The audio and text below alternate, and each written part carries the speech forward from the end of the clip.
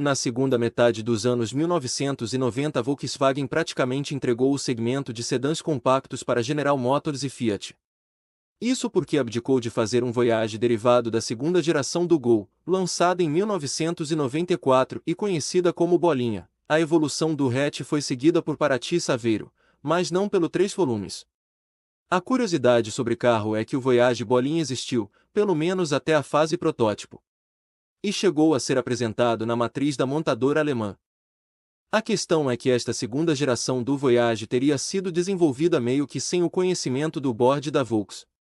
Aí, meu caro, foi uma briga de egos que mexeu com os brios de altos executivos da matriz, que vetaram o projeto. Algum iluminado ainda teve a ideia de colocar o argentino Polo Classic para fazer as honras do Voyage. O ex-projetista da Volkswagen do Brasil, Luiz Alberto Veiga, inclusive recentemente revelou detalhes e imagens desta história. O fato é que a marca alemã ficou mais de uma década sem um sedã de entrada e a concorrência se esbaldou. Quando o novo Voyage apareceu, em 2008, já chegou defasado em termos de espaço e plataforma e praticamente virou modelo de venda direta. Muita gente acha que as pessoas que emprestam seus sobrenomes à icônica marca britânica de carros de luxo desenvolveram juntas o primeiro carro da empresa. Mas não foi bem assim. Em 1884, o engenheiro Frederick Henry Royce fundou sua oficina para serviços mecânicos, em Manchester. Foi nela onde ele criou, 20 anos depois, seu primeiro automóvel com um motor de 2 cilindros.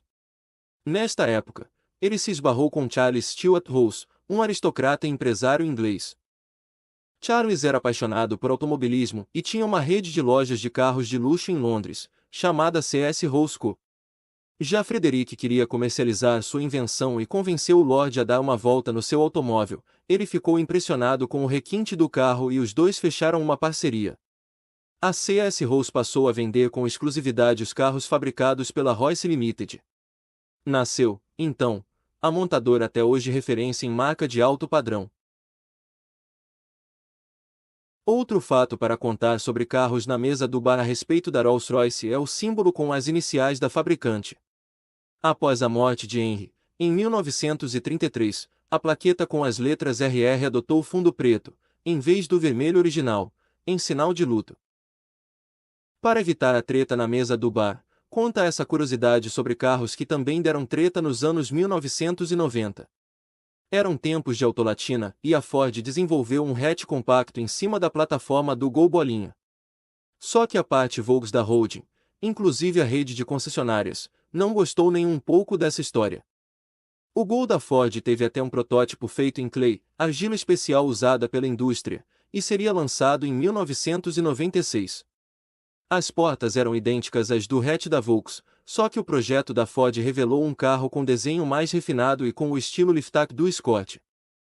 Dizem que o hatch foi o estupim para o fim da autolatina, anunciado em 1994 e formalizado em 1996.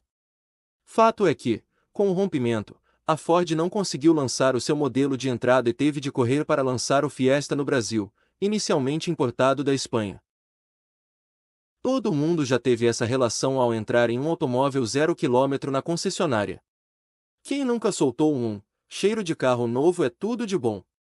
Só que esse odor agradável é criado em laboratório.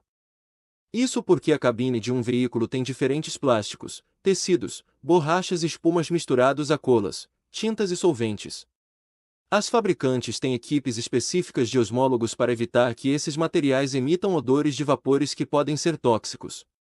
Desta forma, o cheiro de carro novo é resultado da combinação de 50 compostos orgânicos voláteis. O Brasil tem uma triste estatística que mostra que o trânsito no país mata cerca de 50 mil pessoas por ano. O primeiro acidente registrado por aqui, felizmente, não teve óbito. Ainda envolveu uma celebridade da época. Em 1897, o poeta e jornalista carioca Olavo Bilac bateu o Serpollet, um triciclo francês com motor a vapor, em uma árvore no bairro da Tijuca, na zona norte do Rio. O carro pertencia a José do Patrocínio, amigo do autor do hino à bandeira, que foi para o carona para Bilac fazer sua estreia ao volante. Os dois saíram sem ferimentos. Até 1967, vale contar essa curiosidade sobre carros na mesa do bar que os carros na Suécia obedeciam à mão inglesa. Só que as autoridades do país europeu estavam preocupadas com o aumento da frota e dos acidentes viários. A quantidade de veículos mais que duplicou e o número de ocorrências de trânsito triplicou entre as décadas de 50 e 60. Os acidentes, inclusive, se concentravam em regiões fronteiriças da Suécia com seus vizinhos escandinavos Dinamarca, Noruega e Finlândia, que usavam a mão direita. Some-se a isso o fato de que o governo sueco queria melhorar a imagem e a integração do país, e muitos carros, inclusive os da nativa Volvo, já eram vendidos com a direção do lado esquerdo. Para a alteração, os governos municipais compraram centenas de novos ônibus. Outros 8.000 veículos coletivos foram reformados e adaptados para oferecer portas de ambos os lados. Na parte de infraestrutura de trânsito, 360.000 placas foram trocadas no país em um único dia, véspera da mudança. Em 3 de setembro de 1967 foi instaurado o G-Traficolag-Gingen, verdadeiro palavrão que significa desvio do tráfego para a direita, em tradução livre. A data que marcou a mudança no padrão de trânsito da Suécia ficou conhecida como Dagen H, dia H.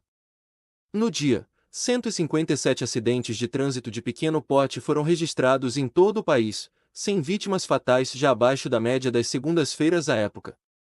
No primeiro ano da inversão de mão, a Suécia registrou queda de 20% em mortes provocadas por ocorrências viárias. O nome da marca virou sinônimo de categoria de carro, mas nem mesmo a fabricante tem certeza de como surgiu. Uma das curiosidades legais sobre carros para contar no bar é que a alcunha provavelmente vem das origens militares dos veículos da montadora. Na Segunda Guerra Mundial, de 1939 a 1945, algumas fabricantes estadunidenses estavam credenciadas para fazerem veículos militares, entre elas a Willys Overland. Oficialmente designado como General Purpose Vehicle, veículo para utilização geral, em tradução livre, o modelo era chamado pelos soldados pelas iniciais GP, que, quando pronunciadas em inglês, soam como Jeep. Mas há outras teorias. Uma delas remete a outro conflito, a Guerra da Coreia, de 1950 a 1953.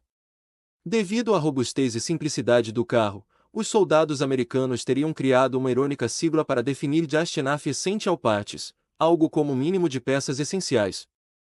Ainda existe uma terceira possibilidade. O nome teria sido inspirado em Eugene the Jeep, do desenho animado Popeye.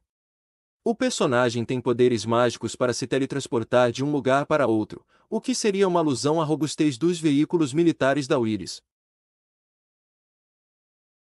A história oficial diz que o projeto do Fusca é de Ferdinand Porsche, a pedido de Adolf Hitler, que tinha obsessão por um carro realmente popular nos anos 1930. Só que o carro do povo, na real, teria sido desenvolvido por um judeu, segundo o pesquisador e jornalista holandês Paul Superoord. O pai do Fusca é Joseph Gans.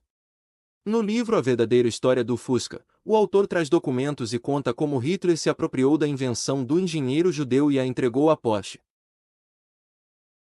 Alfred Faulcher. Um nome pouco citado no universo dos carros, mas que merece brindes na mesa do bar no bate-papo com amigas e amigos ao falar de curiosidades sobre carros. Oficialmente, o francês foi o inventor de itens que hoje parecem banais, mas que não existiam nos automóveis na virada do século XIX para XX. É creditada a Faulcher, por exemplo, a criação do espelho retrovisor, em 1906. Antes disso, o motorista tinha de botar a cara para fora da janela do carro, ou não, para ver o que se passava ao redor. Na conta do francês também estão equipamentos como a seta indicadora de direção e a luz de freio. Assim como o nome Jeep, a origem de um dos símbolos mais famosos do mundo tem diferentes teorias. E nem a própria General Motors sabe qual é a certa. Muitos dizem que a gravatinha da Chevrolet foi inspirada em um desenho que o cofundador da empresa e fundador da GM, William C. Duran, teria visto em um anúncio de jornal. O historiador estadunidense Ken Kaufman, inclusive, encontrou uma propaganda, no jornal The Constitution, de Atlanta, que pode comprovar tal teoria. O anúncio do carvão Coalettes, na edição de 12 de novembro de 1911 alguns dias antes da fundação da Chevrolet da publicação, traz um símbolo bem parecido com a gravatinha. Já a filha de Duran, Margery, contou no livro My Father que o empresário costumava desenhar esboços em pedaços de papel durante o jantar. A marca teria nascido entre a sopa e o frango frito, diz ela em sua obra.